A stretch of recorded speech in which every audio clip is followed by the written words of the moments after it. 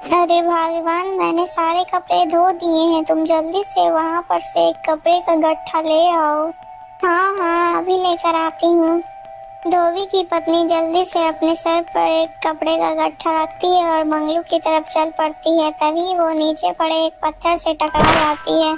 बेचारी के गिरते ही मंगलू अपनी पत्नी को ऐसे देखकर तुरंत ही उठाने के लिए उसको अपने पास जाता। अरे भाग्यवान, तुम कैसे गिर गई? तुम्हें ध्यान से चलना चाहिए था ना। अजी, आप मेरे चलने का क्या दोष देते हो? जो किस्मत में लिखा होता है वही होता है। काश मेरा भी एक पुत्र होता तो वो मुझे कार्य नहीं करने देता, वो खुद ही ये कार्य कर लेता। लेकिन अब मुझे यह सब बोलने से क्या फायदा? हमारे जीवन में पुत्र का सुख कभी नहीं लिखा हुआ है। अरे भाग्यवान, तुम दुखी मत हो, हमारा अवश्य एक पुत्र होगा।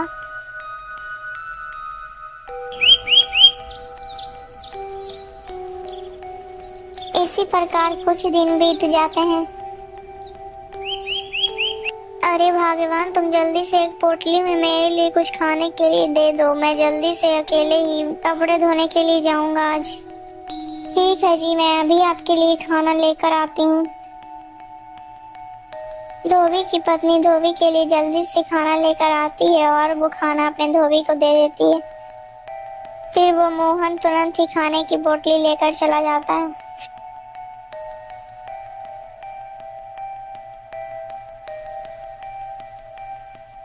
मंगलू फिर से अपनी नदी के किनारे पहुंचकर फिर से अपने काम पर लग जाता है।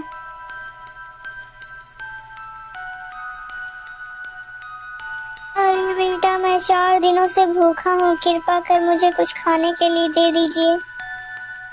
हाँ हाँ बाबा, क्यों नहीं, आप वहीं पर रुकिए, मैं अभी आपके लिए कुछ खाने को लाता हूँ। मंगलू तुरंत ही उस बूढ़े को अपनी पोटली में से कुछ रोटियां निकाल कर दे देता है। अरे बेटा, तुम तो बहुत दयालु हो, जिसने अपना खाना मुझे दे दिया। इसलिए बेटा, तुम मुझसे जो भी मांगो मैं तुम्हें वो दे सकता हूँ। मुझे भोलेनाथ का आशीर्वाद है, मैं जो भी तुम्हें आशीर्वाद दूंगा वो कभी विफल नहीं होगा। बाबा, अगर ऐसी बात है तो मुझे आशीर्वाद दीजिए कि मुझे एक पुत्र की प्राप्ति हो जाए। ठीक है बेटा, मैं जल्द ही भोलेनाथ से प्रार्थना करता हूँ कि तुम्हें जल्द ही एक पुत्र प्राप्ति हो जाए। इतना सुनकर मंगलू बहुत ही ज्यादा खुश हो जाता है और वो बाबा वहां से चले जाते हैं।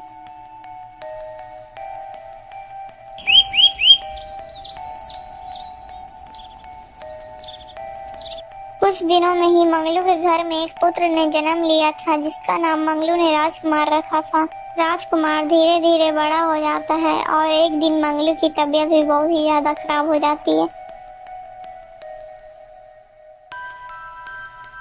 पिताजी, मैंने आपको कितनी बार कहा था कि मुझे भी अपने साथ काम पर लेकर चलो, लेकिन आपने मेरी बात नहीं मानी। पिताजी, अब आपको काम करने की कोई आवश्यकता नहीं है, अब मैं ही काम करूंगा। राजकुमार को कपड़ा धोना अच्छा नहीं लगता था, इसीलिए वह कुछ काम ढूंढने के लिए शहर की ओर निकल पड़ता है।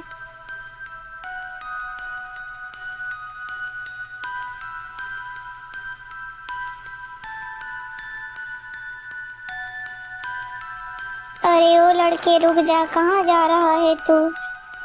अरे भाई, मैं काम की तलाश में शहर जा रहा हूँ।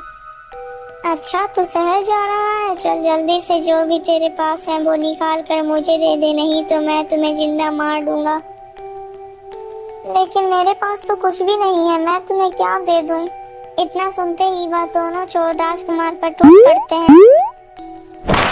लेकिन राजकुमार भी बहुत बहादुर था, उसने अकेले ही वो दोनों को धूल चटा दी।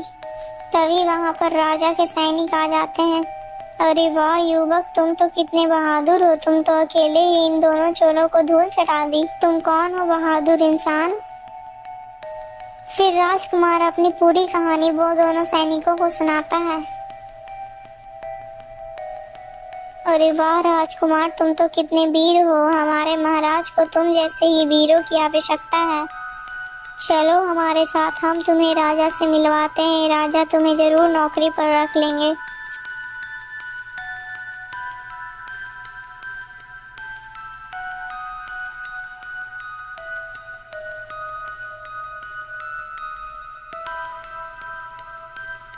अरे वाह राजकुमार, तुम तो कितने वीर हो, मुझे तो तुम जैसे ही वीरों की तलाश रहती है।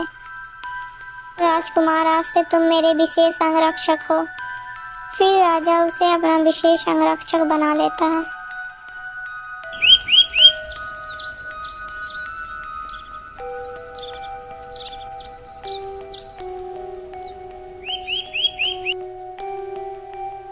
राजकुमार और राजा की पुत्री एक दूसरे से एक दिन टकरा जाते हैं। राजा की पुत्री का नाम चंद्रलेखा था।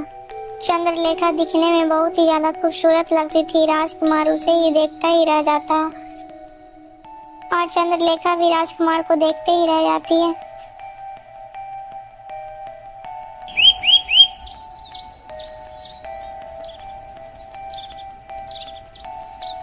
दोस्तों, अगर आपको ये वीडियो अच्छी लगी तो प्लीज़ वीडियो को लाइक करके चैनल को सब्सक्राइब कर दीजिएगा दोस्तों। और हाँ दोस्तों, आगे की कहानी सुनने के लिए हमारे चैनल को सब्सक्राइब जरूर कीजिएगा। और अगर आपको ऐसी कहानी और देखनी है तो प्लीज़ हमारे चैनल के साथ आप लोग जुड़े रहिएगा दोस्तों। और दोस्तों, आपको इस कहानी से क्या शिक्षा मिलती है कमेंट में ज़रूर बताइएगा।